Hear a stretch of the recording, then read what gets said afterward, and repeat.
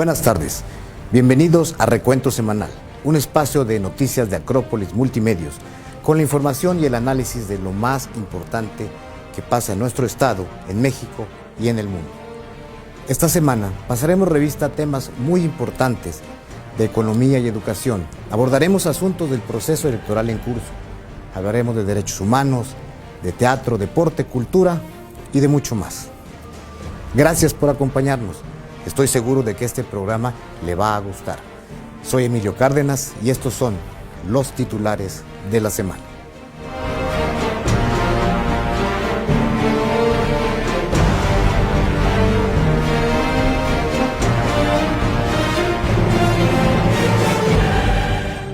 Severa crisis deja en la economía la pandemia de COVID-19. Se han cerrado negocios, se han perdido empleos y es necesario reactivar las actividades productivas. A causa del coronavirus, el sector educativo registra deserción en todos los niveles escolares. En medio de la pandemia que ha cobrado más de 200,000 vidas de mexicanos, México enfrenta la elección más grande de su historia. Entrega a la Comisión Estatal de los Derechos Humanos reconocimiento de la Universidad de Jalapa por su apoyo a programas de personas con discapacidad. Habla para Resumen Semanal la doctora Namiko Matsumoto Benítez, presidenta de la Comisión Estatal de Derechos Humanos. En el mundo del deporte tenemos que vuelven el béisbol y el básquetbol profesionales a Veracruz, las Águilas de Veracruz y los Halcones. Conoceremos más de la ceremonia y el espectáculo de equinoccio de primavera en la zona arqueológica de Chichén Itzá en Yucatán. Entrevista con el dramaturgo Abraham Seransky en el Teatro La Libertad.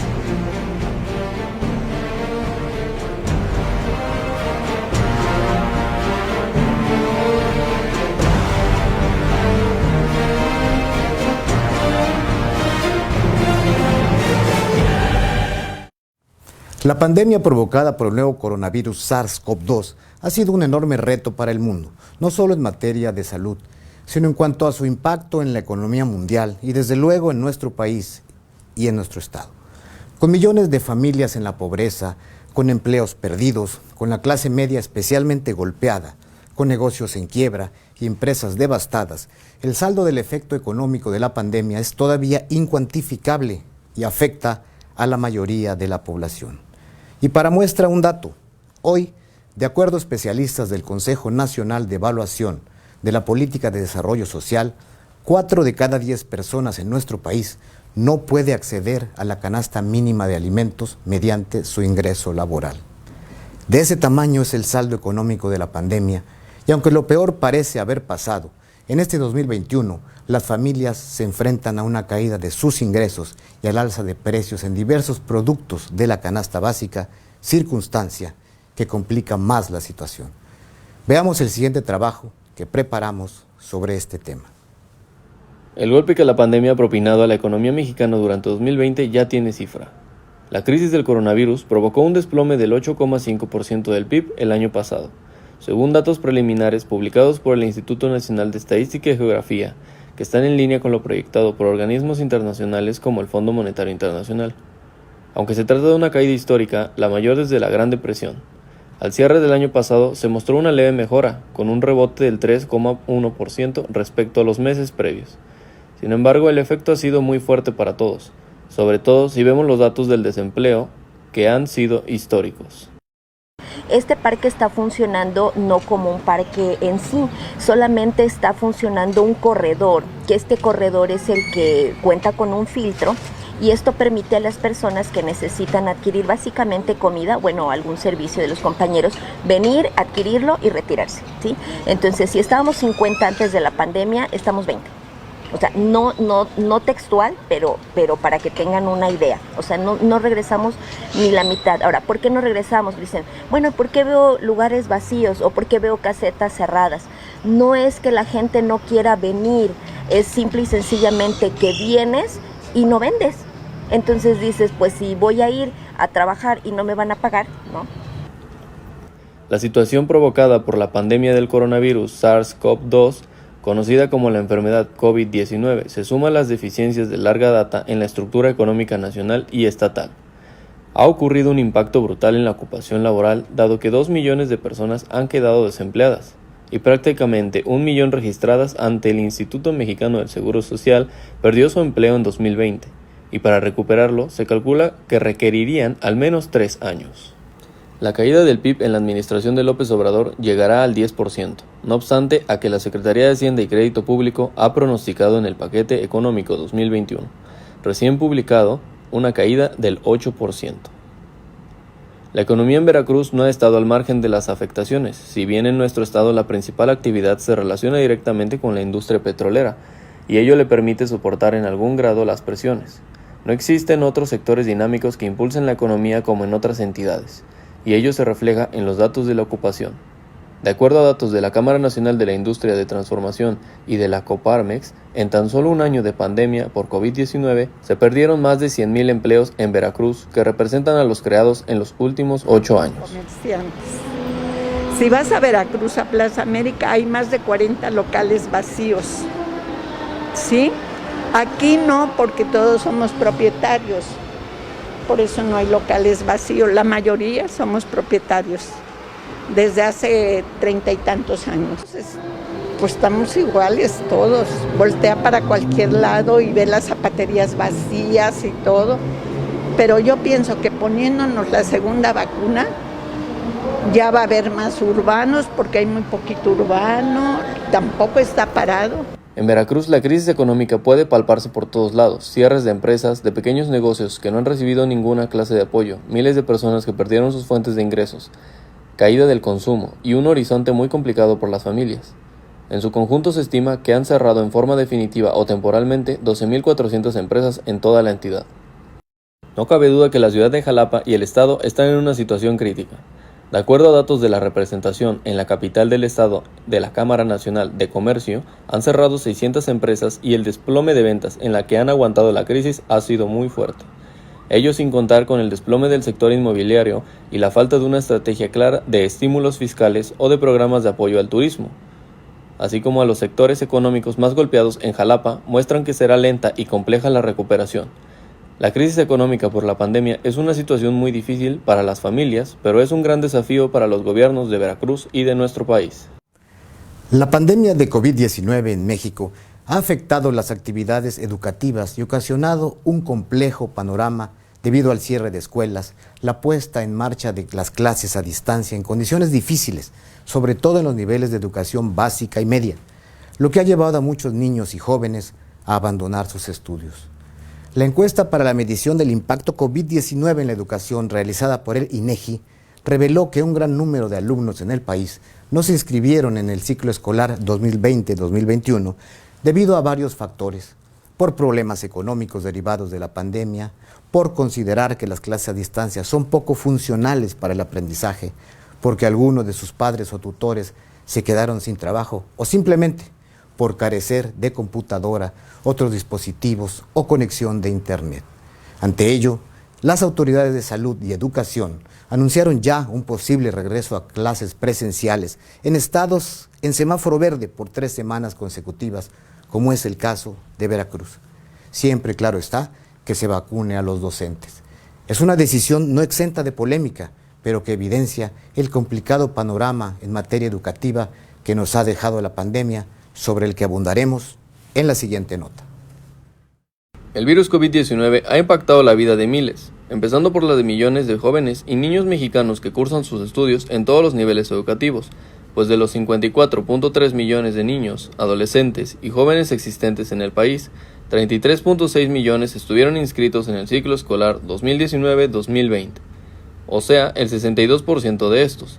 Sin embargo, en el presente ciclo escolar, debido a la pandemia o a la falta de recursos económicos de las familias, 5.2 millones de personas entre 3 y 29 años no están inscritas en el ciclo 2020-2021, de acuerdo con los resultados de la encuesta para la medición del impacto COVID-19 en la educación. Por su parte, la organización Mexicanos Primero estima que con base a los datos de los ciclos escolares anteriores, reportes de docentes que perdieron contacto con sus alumnos, la evaluación del primer trimestre y el abandono promedio por nivel educativo de los 13.972.000 alumnos inscritos en primaria, 2.791.000 corren el riesgo de abandonar sus estudios, y de los 6.473.000 registrados en secundaria, 2.168.000 también se encuentran en esta situación. En cuanto al caso del nivel media superior, De los 5.239.000 inscritos, 1.553.000 dejaron de reportarse con sus maestros. A la fecha, la Secretaría de Educación Pública no ha publicado cifras de abandono escolar en el ciclo escolar 2020-2021, a 7 meses de iniciado. Como en tantos otros ámbitos en la vida social, en lo educativo, la crisis sanitaria global está desnudando nuestras fragilidades y nuestras profundas desigualdades.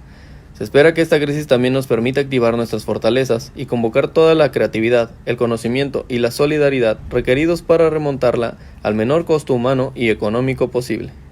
Los desafíos que le plantea al sistema educativo mexicano el COVID-19 son múltiples y son enormes. Los más grandes y urgentes son, evidentemente, los que conciernen a las poblaciones más vulnerables.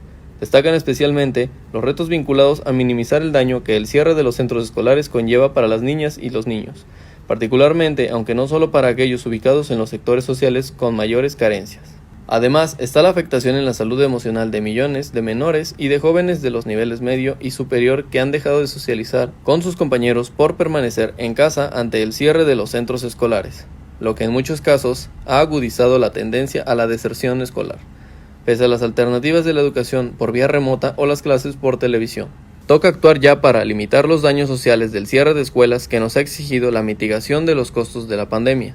Por ello se anuncia que el gobierno federal analiza ya el posible regreso a las aulas una vez que se inmunice a maestros y que las autoridades de salud autoricen la vuelta a clases. Ello en acuerdo con los sindicatos de docentes y las sociedades de padres de familia, para garantizar la salud de los alumnos. Es importante estar muy atentos a lo que nuestras autoridades decidan y apoyarnos también entre ciudadanos, siendo responsables y tomando acción en la situación para que así mejore día con día. La jornada electoral que se llevará a cabo en México el próximo domingo 6 de junio de 2021 será el momento culminante del proceso iniciado en octubre del año pasado para la elección de los 500 miembros de la Cámara Federal de Diputados de varias gubernaturas y un gran número de ayuntamientos. Son las elecciones más grandes que hemos tenido en nuestro país y que se anuncian de pronóstico reservado, con un ambiente de gran polarización, con los adversarios políticos fuertemente encontrados, en medio de un clima de violencia política que lamentablemente se ha venido presentando, con fuertes presiones al árbitro electoral, en medio de la emergencia sanitaria que obliga a replantear la dinámica de las campañas políticas e incluso de la propia jornada de votación. Estos comicios serán, sin duda, una gran prueba para nuestro sistema democrático. Los invito a ver la siguiente nota que hemos preparado. El próximo domingo 6 de junio, México tendrá la jornada electoral más grande de la historia. El proceso electoral inició en septiembre de 2020 y tendrá su punto culminante en la jornada de votación en la que se renovará la Cámara de Diputados del Congreso de la Unión, diversos cargos en 32 estados del país, así como 15 gubernaturas estatales. A nivel federal, se renovará la Cámara de Diputados, 300 diputaciones por el principio de mayoría relativa y 200 diputaciones por representación proporcional. En general creo que va a ser una campaña muy difícil por la cantidad de candidatos que se están manejando, tanto por el tema del número de municipios, los cargos, el tema también de las alianzas, pero también hay muchos partidos nacionales y locales de nueva creación que deben ir solos y esto duplica, ¿no? Tan solo en la capital del estado estaríamos hablando de al menos 50 candidatos, va a ser una bomba de publicidad, pero creo que es necesario que nos informemos como ciudadanos. De acuerdo con el Instituto Nacional Electoral, serán casi 94 millones de posibles electores, 5 millones más que en la elección del 2018. Es un proceso complejo debido a la pandemia por COVID-19 por la que estamos atravesando y su posible impacto en la participación ciudadana. El INE implementará diversas medidas sanitarias. Será obligatorio el uso de cubrebocas en las casillas. Además, solo podrán entrar 2 electores a la vez. Se fomentará el uso constante de gel antibacterial y de la sana distancia, así como el uso de marcador propio para seleccionar el voto. Habrá más de 164,000 mesas directivas de casilla, más de 12 millones de ciudadanos van a ser convocados a ser funcionarios. En nuestro estado se renovarán los siguientes cargos: 30 diputaciones de mayoría relativa, 20 diputaciones de representación proporcional, 212 alcaldías, 212 sindicaturas y 633 regidurías. Las campañas a las diputaciones federales están ya en curso y para el proceso local en la primera semana de mayo. Una vez aprobados los registros por el organismo público local electoral de Veracruz, saldrán a buscar el voto ciudadano los candidatos al Congreso local y a los 212 ayuntamientos de la entidad veracruzana. Salgan a votar y que sí vean, chequen su voto y a quién se lo van a dar, ¿no? Para que sea un México pues más honesto, sobre todo también.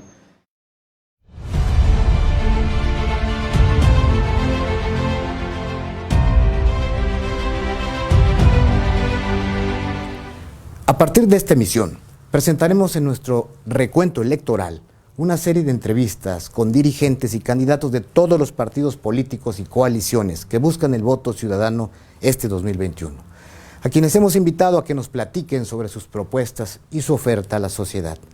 Iniciamos esta serie con una charla con Gonzalo Vicencio Flores, comisionado nacional del partido Fuerza por México en la entidad, y con su dirigente en el estado de Veracruz, Eduardo Vega Yunes.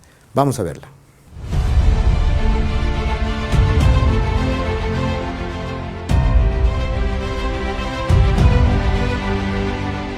Hola, ¿qué tal? Muchas gracias por estar con nosotros. Quiero comentarles que estamos en tiempos electorales, como todos bien lo sabemos, y tenemos en Acrópolis Multimedios el honor de recibir a dos invitados especiales, a el amigo Gonzalo Vicencio Flores, delegado nacional de Fuerza por México, y a Eduardo Vega Yunes, presidente de su comité directivo estatal. Sean muy bienvenidos a Acrópolis Multimedios, Gonzalo, Eduardo.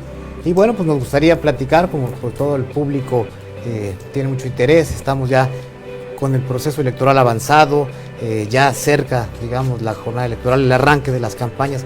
¿Cómo van las cosas, Gonzalo? Bienvenido. Y pues si pudieras platicarnos un poco de todo esto, de su participación en Veracruz. Muchas gracias, Emilio Cárdenas. Un gusto estar aquí en Acrópolis. Pues quiero decirle al público en general que vamos muy bien en Fuerza por México. Estamos trabajando en todo lo largo y ancho del estado de Veracruz. Hay mucho ánimo y pues hago una invitación a toda la gente, a los veracruzanos, veracruzanas, que nosotros en Fuerza por México los recibimos con los brazos abiertos. Hay un gran compromiso en Veracruz en este 21 y queremos que seamos responsables de nuestros actos, de nuestros derechos, de nuestras obligaciones electorales.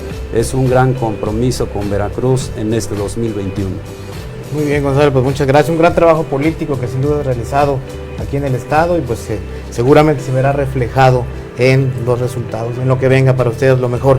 Eduardo, ¿cómo estás? ¿Cómo vas? Cuéntanos, como presidente del comité estatal, pues arduo el trabajo de ir instalando todos los comités municipales, arduo trabajo de ir posicionando una fuerza nueva, un partido político nuevo. Cuéntanos, ¿cómo van las cosas ahí? Claro que sí, Emilio, muchas gracias. Antes que nada, es un gusto para mí estar aquí en Acrópolis. Te agradezco de verdad esta gran amistad, además de muchos años, y los espacios que siempre nos has brindado, no solo a tu servidor, sino en esa transparencia de la información. Eres un gran profesional, no solo en Jalapa, sino en el estado del periodismo. Y agradecerle al doctor Carlos García, que también siempre nos ha abierto las puertas desde donde se encuentra, y que le agradezco y que además manifiesto mi admiración y mi respeto, como siempre se lo he hecho saber en persona. Es un gran gusto para mí, Emilio, a quien nos ven y nos escuchan, los saludo con gran ánimo y pues feliz de estar aquí de la mano de un gran hombre como lo es mi delegado nacional Gonzalo Vicencio, y pues en esta gran fuerza, una fuerza política, una verdadera plataforma política nacional como lo es Fuerza por México. En Fuerza por México somos el partido político nacional que llegó para quedarse. Somos el partido que tiene las puertas abiertas, como lo hemos demostrado, y que somos un partido de inclusión. Hoy en esta gran plataforma política vamos principalmente por dos puntos. La renovación de la clase política, no más los mismos de siempre, Emilio. La gente está fastidiada de los cacicazgos, está fastidiada de que las decisiones se tomen siempre en un solo núcleo, pero además vamos por una verdadera transformación. una transformación de la vida pública, de la política, de la administración, y creo que eso es lo que hoy la ciudadanía demanda.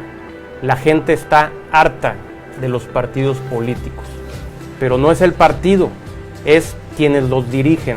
Por eso hoy, desde Fuerza por México, de la mano de un joven talentoso que tiene toda mi admiración y que es mi líder nacional, como lo es nuestro presidente Gerardo Islas, y con un hombre con toda la experiencia que hoy es el delegado nacional en Veracruz como Gonzalo, sin duda vamos a ser un gran equipo.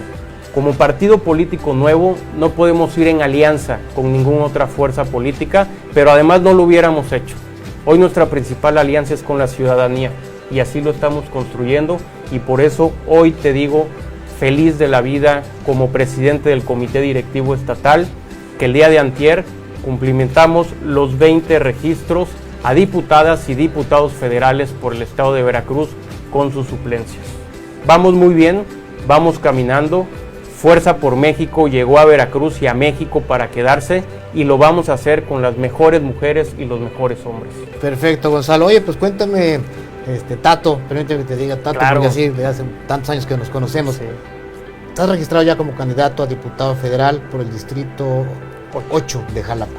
¿Cómo ves? ¿Cómo vas? ¿Cómo está la competencia? Así es, Emilio, nos registramos antier, como lo comenté, por el distrito 8 de Jalapa Rural, un distrito que quiero mucho, que pronto estaré por ahí, y cuando me lo permita la ley, vendré, si me lo permites, a hablar sobre qué vamos a presentar, qué vamos a ofertar y cómo lo vamos a hacer.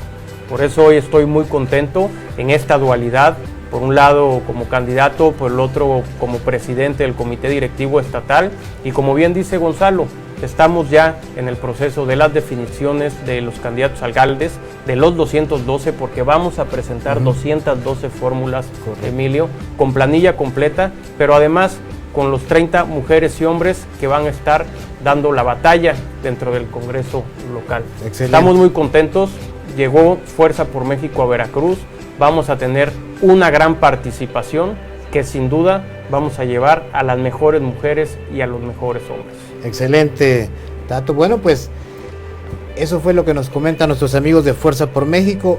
Como siempre, la mejor decisión la tiene el ciudadano, que habrá de acudir el próximo domingo 6 de junio a votar. Fuerza por México es una opción muy interesante, buenos cuadros, buenos perfiles, y que sobre todo quieren servirle a Veracruz. Gracias y hasta la próxima.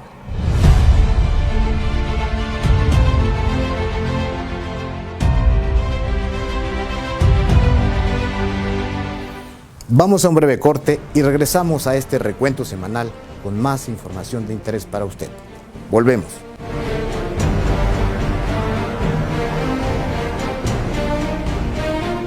Yo elijo ir hacia allá, hacia ese horizonte que me has señalado, rumbo a un futuro donde podamos trascender más allá de nuestros sueños. Y es que tú me has mostrado cómo ser recordado a través del tiempo, cómo llegar a donde nadie llegó, con tu fuerza, con tu grandeza, con tu espíritu y tu voz, que comunican tu esencia inquebrantable. Eso es trascender, crecer con tu incansable búsqueda de justicia que la juventud te otorga, con los sueños que diseñas con tu creatividad y que con tu talento transformas en obras imposibles. Trascender es trabajar educando a los campeones del presente y a los emprendedores del futuro.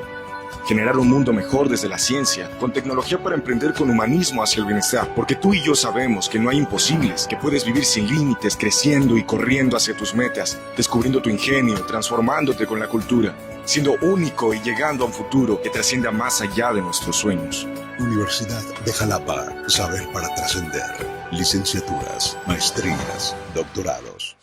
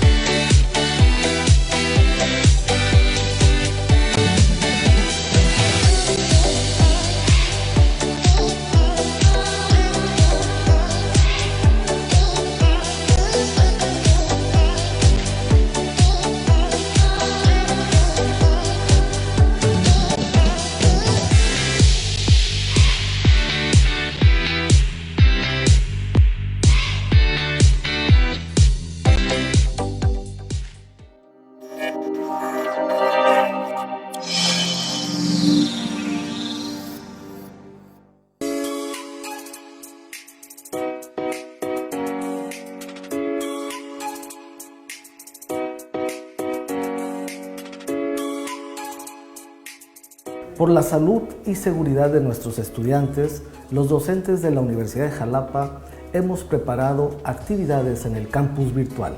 Estudia en casa. Porque nos importa tu salud y tu educación, estamos trabajando codo con codo.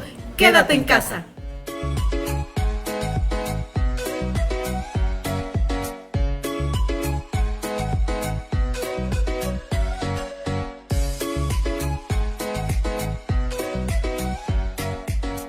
Porque nos importa tu salud y tu educación, estamos trabajando codo con codo.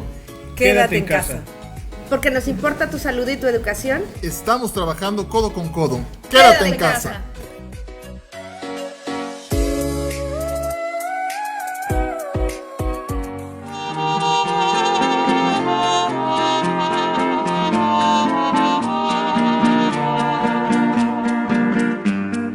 Y hasta mi sangre daría por no perderte, mujer, mujer de mi alma.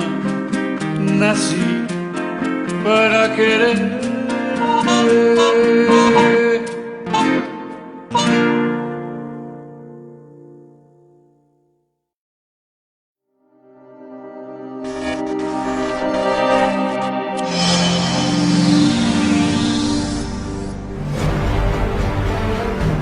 Con la finalidad de fomentar el respeto de los derechos humanos en nuestra entidad, en el marco del mecanismo estatal de monitoreo de los derechos de las personas con discapacidad que coordina la Comisión Estatal de Derechos Humanos, la Universidad de Jalapa ha tenido una importante participación en este esfuerzo de difusión y atención de este sensible tema. Para conocer más de este trabajo y sus resultados, veamos la siguiente información que preparamos para usted. El doctor Carlos García Méndez, rector de la Universidad de Jalapa, encabezó una sesión para la entrega de reconocimientos por parte de la Comisión Estatal de Derechos Humanos de Veracruz a integrantes de la comunidad universitaria por logros destacados en la promoción de la cultura de la inclusión y la defensa de los derechos humanos de las personas con discapacidad. La entrega del reconocimiento estuvo a cargo de la doctora Namiko Matsumoto Benítez, presidenta de la Comisión Estatal de Derechos Humanos, y Karina Martínez Vera, directora ejecutiva y representante legal del Instituto Mexicano de Investigación y Desarrollo Social. Namiko Matsumoto destacó la importancia de establecer relaciones de trabajo en conjunto con instituciones que se encuentran plenamente comprometidas con el proyecto, a través del mecanismo estatal de monitoreo sobre los derechos de las personas con discapacidad, ayudando a proteger y supervisar el desarrollo mismo. Por otro lado, Karina Martínez Vera agradeció al doctor Carlos García Méndez por el compromiso y responsabilidad de formar parte del proyecto, al considerar que de esa forma obtienen un respaldo para seguir trabajando en acciones de promoción y defensa de los derechos de las personas con discapacidad. Y ya que hablamos de la protección a los derechos humanos, los invito a ver la plática que sostuvimos con la doctora Namiko Matsumoto Benítez, presidenta de la Comisión Estatal de Derechos Humanos en Veracruz, donde abordó varios temas de interés sobre el trabajo que realiza al frente de ese órgano autónomo. Acompáñanos a verla.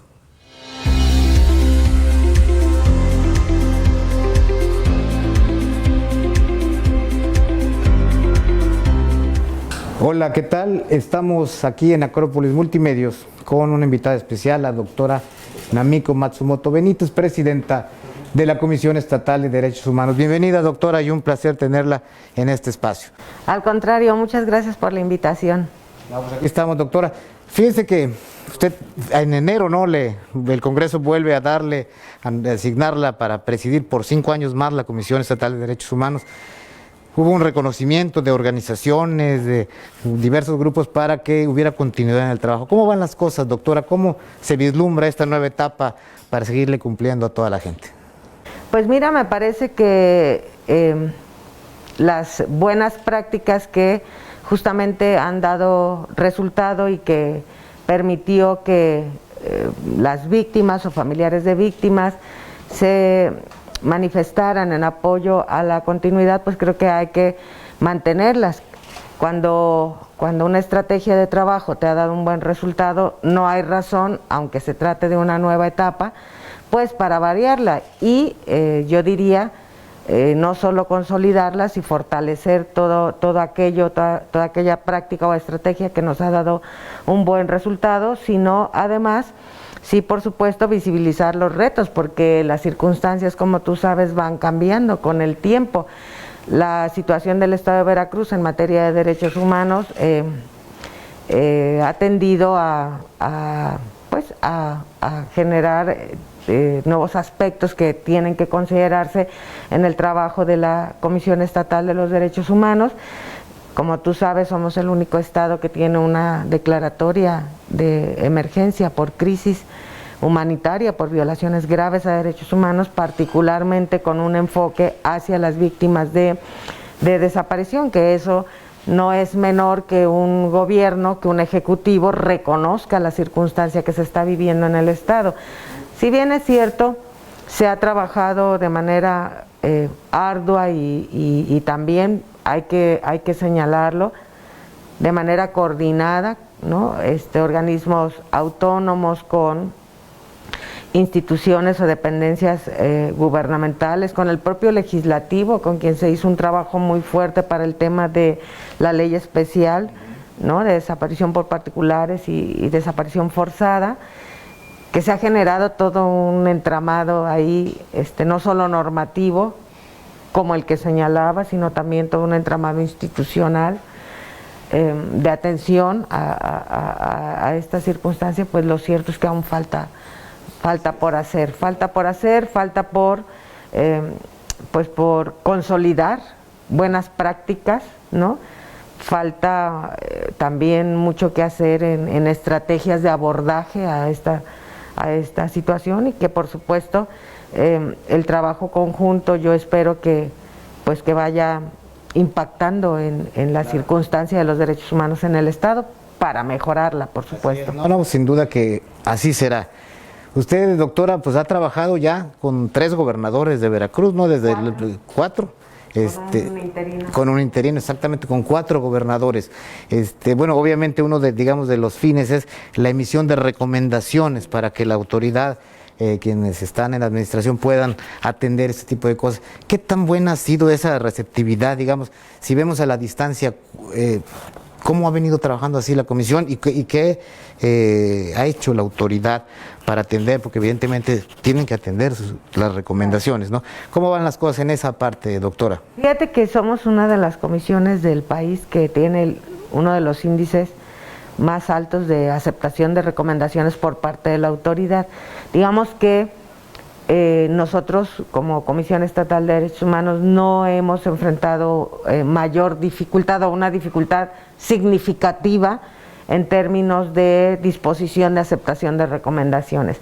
Más bien creo que el asunto, digamos, se atora un poco en el tema ya del cumplimiento de cada uno de los puntos recomendatorios, porque lo de menos es aceptar una recomendación si la autoridad no va a hacer lo necesario, ¿no?, para cumplir con los puntos recomendatorios. Entonces ahí es donde empieza luego a haber ciertas dificultades, particularmente en el tema de las compensaciones, el tema de aquellas recomendaciones que llevan como, entre otras disposiciones, el pago de una compensación a las víctimas. Es ahí donde el proceso se vuelve un poco lento. Yo diría que en dos circunstancias, el tema de la compensación y el tema de los procedimientos sancionatorios administrativos. Aun cuando respecto de estos últimos hay que advertir que la propia comisión debe respetar, pues, los términos que los distintos procedimientos establecen para llegar a la conclusión de una sanción. Así que esos son temas en los que dependerá, ¿no?, de los tiempos que fije cada procedimiento, dependiendo de la dependencia recomendada de que se trate. Pero el tema de la compensación sí, digamos que ha sido bastante lento, y ahí sí hay un impacto significativo en las víctimas, ¿no? Porque siempre la apuesta es a la reparación integral, y la compensación es una de los elementos constitutivos de esa reparación integral. Exactamente, doctora. Fíjense que quería preguntarle de un tema pues, que ha estado en la agenda pública los días recientes. Como recordamos, en marzo el Congreso del Estado aprobó reformas a la Constitución, al Código Penal, perdón, sí. Y amplió, digamos, los tipos en el caso del delito de ultrajes a la autoridad, ya generó un gran debate público y demás. Yo recuerdo que la Comisión Estatal de Derechos Humanos fijó ya un posicionamiento respecto a que no es su competencia interpretar leyes y normas constitucionales, pero que va a cumplir con lo que la Constitución le señala. ¿Cómo van las cosas en esa parte? ¿Cómo ve el tema, doctora? Pues mira, como bien señalaste, la propia ley de la Comisión Estatal de los Derechos Humanos nos prohíbe, incluso es taxativa la disposición en el sentido de que estamos impedidos justamente para emitir opiniones respecto de la constitucionalidad o no de una norma, y eso encuentra una razón de ser, una justificación de naturaleza jurídica, porque las comisiones de derechos humanos tenemos la posibilidad de incoar acciones de inconstitucionalidad. Claro. Entonces sería absurdo que de manera previa nos estuviéramos pronunciando respecto de si una norma no nos parece constitucional o no, cuando a su vez tenemos la facultad como órgano constitucional autónomo de ejercer esta acción, de tal suerte que esa sería una vez más la razón para decirte, no voy a adelantar ninguna opinión. Correcto. Al respecto, pero lo cierto es que nunca la Comisión Estatal de los Derechos Humanos ha dejado de hacer lo que le corresponde. Lo que tiene que hacer. Mandato constitucional y legal. Excelente, doctora. Bueno, pues ya lo escucharon, amigos. Agradezco a la doctora Namiko Matsumoto su tiempo. Habremos de seguir platicando si nos da la oportunidad. Y vamos a continuar con la información. Gracias. Gracias, doctora. Al contrario, muchas gracias. El béisbol y el básquetbol profesionales retornan a Veracruz. Las Águilas de Veracruz y los Halcones de Jalapa muy pronto estarán de vuelta. En los próximos meses los veremos en acción en sus respectivas sedes, en lo que sin duda son excelentes noticias para los aficionados y para el deporte en nuestro estado. Pero para saber más de estos equipos, de su historia y de su retorno al circuito profesional, vamos con nuestro compañero Marcos Ahat, que nos ha preparado la siguiente información. Muchas gracias, Emilio, un gusto saludarte esta semana y vamos con la información deportiva porque tenemos grandes noticias para todos los veracruzanos. Por un lado, el regreso del Águila de Veracruz a la Liga de Béisbol Mexicana, y por otro lado, el regreso de los Halcones de Jalapa a la Liga de Básquetbol Mexicana. Vamos con la información.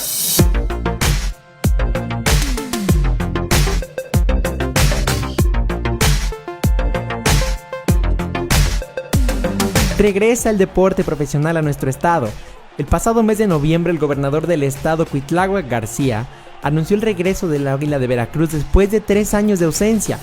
Un equipo emblemático del béisbol mexicano, pues fue de los primeros equipos en participar dentro de la Liga Mexicana de Béisbol, cosechando 6 títulos de liga en casi 120 años de trayectoria.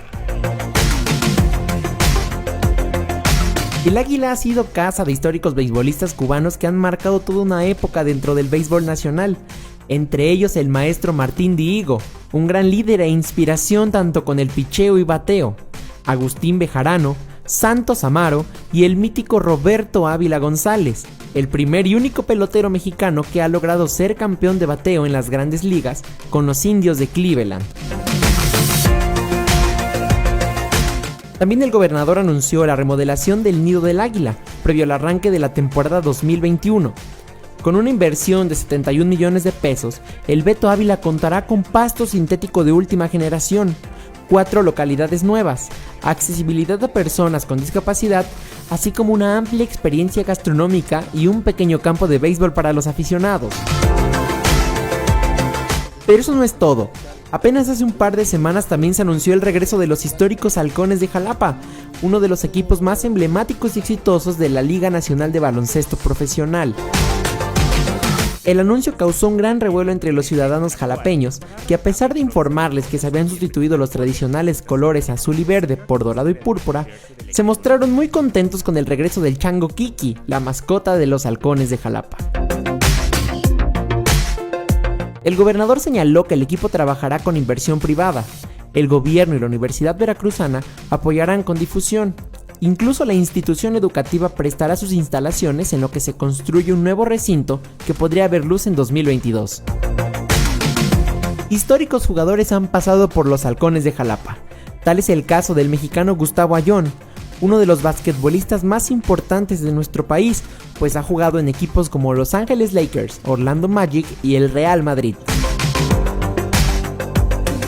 La temporada inicia el 2 de septiembre. Con todo esto, se tiene planeado un cuadrangular de pretemporada en Jalapa con equipos emblemáticos de la liga. Además que la directiva ya trabaja en conjunto para presentar al entrenador y plantilla que conformará el regreso.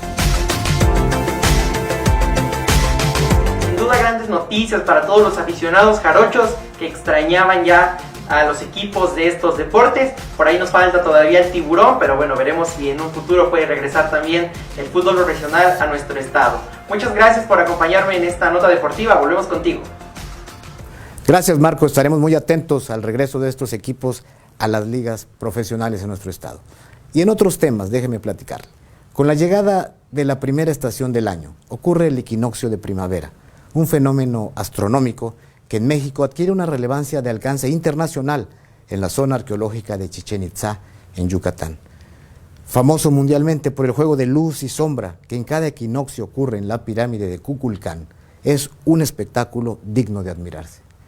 Para conocer más de esta maravilla que ofrece nuestro país al mundo, vamos a ver la nota que preparó nuestra compañera Ani Mata.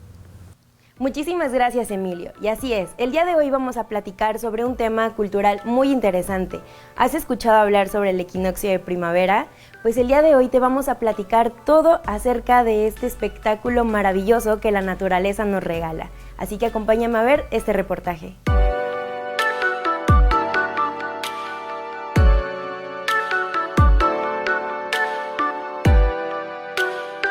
Equinoccio de primavera en Chichén Itzá. Vivir este espectáculo es quizás uno de los privilegios más grandes en la vida, en donde nos muestra la sabiduría de las culturas originarias de nuestro país y también nos invita a recibir las energías de la primera estación del año, en la pirámide construida como una representación del calendario de la cultura maya. Te platicaremos más sobre la importancia de este magnífico evento. Este concepto se divide en dos vocablos griegos, Equus igual y Nox noche. Este término se aplica al evento astronómico donde el día y la noche duran exactamente el mismo tiempo. Cada año suceden dos acontecimientos de este tipo, el equinoccio de primavera y el equinoccio de otoño, con fechas aproximadas entre el 20 y 21 de marzo y 21 y 22 de septiembre del respectivo año. Indiscutiblemente el mayor privilegio es vivirlo cerca de la estructura conocida como la pirámide de Kukulcán en Chichén Itzá, sitio arqueológico ubicado en el estado de Yucatán. Si bien esta pirámide está muy lejos de competir en volumen o altura con la del Sol, Teotihuacán o la de Giza, Egipto, tiene la cualidad maravillosa de mostrar año tras año la interacción del hombre y la naturaleza. Durante los equinoccios de primavera y otoño, al topar los rayos del sol en las alfardas de las escaleras principales, se produce un espectáculo increíble de luz y sombra. Este espectáculo se puede apreciar durante el atardecer, conforme el sol se esconde sobre el horizonte creando la ilusión de una serpiente que desciende gradualmente por la escalera norte de la pirámide. Este fenómeno permanece por completo de alrededor de 45 minutos antes de comenzar a descender de la pirámide para así desaparecer frente a la multitud reunida en dicho lugar. Según los investigadores, este efecto simboliza el descenso del dios Kukulcán a la tierra, para comenzar así el ciclo agrícola. Debido a la pandemia, la zona arqueológica de Chichén Itzá estuvo cerrada, por lo que el equinoccio de primavera se llevó a cabo sin público. Pero gracias a las redes sociales y la tecnología de hoy en día, la gente pudo ser testigo de este maravilloso evento a través de las transmisiones en vivo realizadas por el Instituto Nacional de Antropología e Historia. No te puedes perder la experiencia de conocer esta maravillosa zona arqueológica Chichén Itzá. ¿Qué les pareció esta magnífica festividad? En lo personal me gustó mucho disfrutar porque ya lo he visto presencialmente, pero si tú todavía no has tenido esta oportunidad, te recordamos que hay una página virtual para que vivas esta experiencia. Mi nombre fue Ani Mata y me gustó mucho compartir este espacio contigo. Nos vemos la siguiente semana. Adiós. Muchas gracias, Ani, por este interesante tema que nos presentaste. Vamos a platicarles ahora de una entrevista muy interesante que tenemos para usted con el dramaturgo Abraham Oceransky, que es, sin duda, un hombre fundamental para el teatro mexicano. Premio Nacional de Artes y Literatura 2019, Oceransky ha impulsado esta disciplina artística desde diversas aristas y participado como director, autor y productor escénico en más de 100 obras de teatro. Su espíritu experimental ha marcado sus búsquedas y el interés por formar artistas y construir espacios donde desarrollar su talento. En Jalapa, el maestro Oceransky, con su impulso de formación y difusión de ese arte, creó el espacio Teatro La Libertad, que ha vuelto a abrir sus puertas, donde el dramaturgo y actor conversó con nuestra compañera Lupita Marinero, y esto es lo que le contó. Muchísimas gracias por la entrevista. Muchas gracias. Maestro, usted es toda una institución en lo que es teatro aquí en Jalapa, en el estado de Veracruz, en México. Hace poco le dieron un premio a usted. ¿Cuál fue ese premio? Sí, el estado me dio el Premio Nacional de Ciencias, Artes y Literatura por una trayectoria, la vida, el teatro, los haceres. Y bueno, pues es el premio más grande que puede dar el país. También estoy muy contento porque esta administración del presidente López Obrador para mí es más premio, que considero que él es una persona que busca la decencia y la honestidad. Entonces eso me reconforta de no haber sido una elección así de el que sea, ¿no? Sino siento que fui elegido por los valores que he desarrollado en mi vida, que fue visto de una manera honesta, y eso es el mejor premio. ¿Cuántos años en el teatro, maestro? Pues tengo desde 1965 a la fecha, ni un solo día he dejado de estar dentro del teatro, son muchos años. Pero para el sentido de la vida son segundos. En realidad empecé ayer, como quien dice. Usted nos está dejando como legado un teatro que se llama La Libertad. ¿Nos puede platicar de él? ¿Cómo es este proyecto?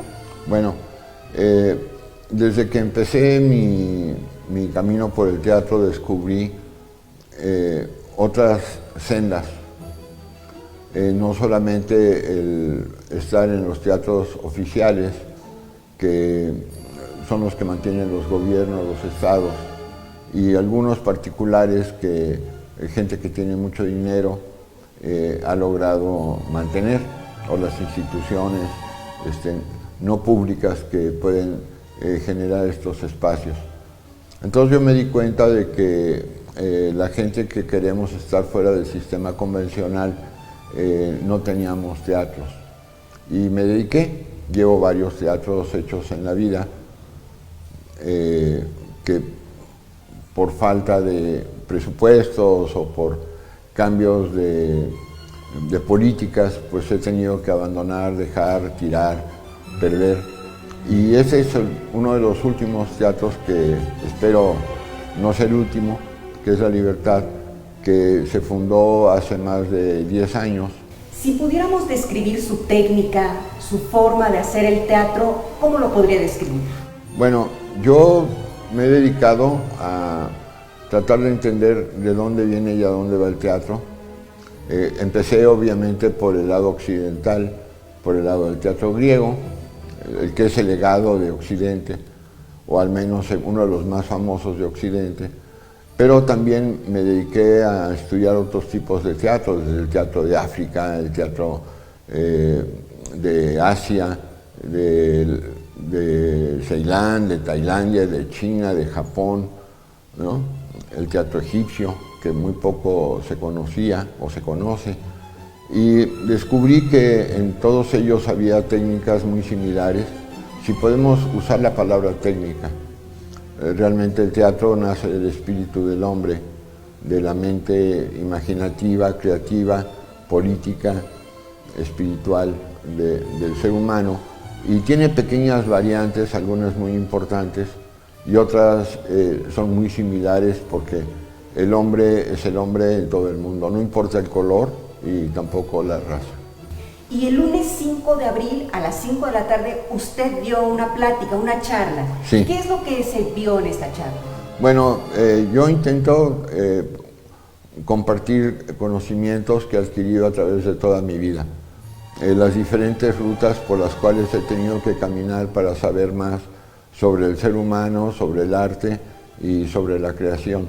Y entonces toqué temas que a veces no son muy comunes, porque por lo general la gente que estudia teatro lo ve a través de la lente del teatro griego o del teatro europeo. Y yo me muevo un poco más hacia otros lugares, porque las experiencias de estudio me han permitido ver de una forma más global el acontecimiento escénico. Y bueno, de eso trató. Creo que fue muy emocionante para el público asistente y también para mí, de poder tomar incluso estas pláticas como parte de un libro que estoy elaborando, en el cual quiero reflejar las diferentes facetas que puede tener el teatro y que puede servir a los más jóvenes. Pues muchísimas gracias, maestro. Muchas gracias a ustedes. Un placer estar con el maestro Abraham Obseransky, y esto ha sido todo. Buenas tardes. De esta manera, hemos llegado al final de este recuento semanal. Nos vemos el próximo viernes en punto de las 12 del día para seguir la revisión puntual de los temas y asuntos de interés público. No deje de seguirnos en nuestras redes sociales y enviarnos sus comentarios. Recuerde que la información y la reflexión sobre lo que acontece siempre nos hará mejores ciudadanos. Soy Emilio Cárdenas, gracias por su atención y hasta la próxima.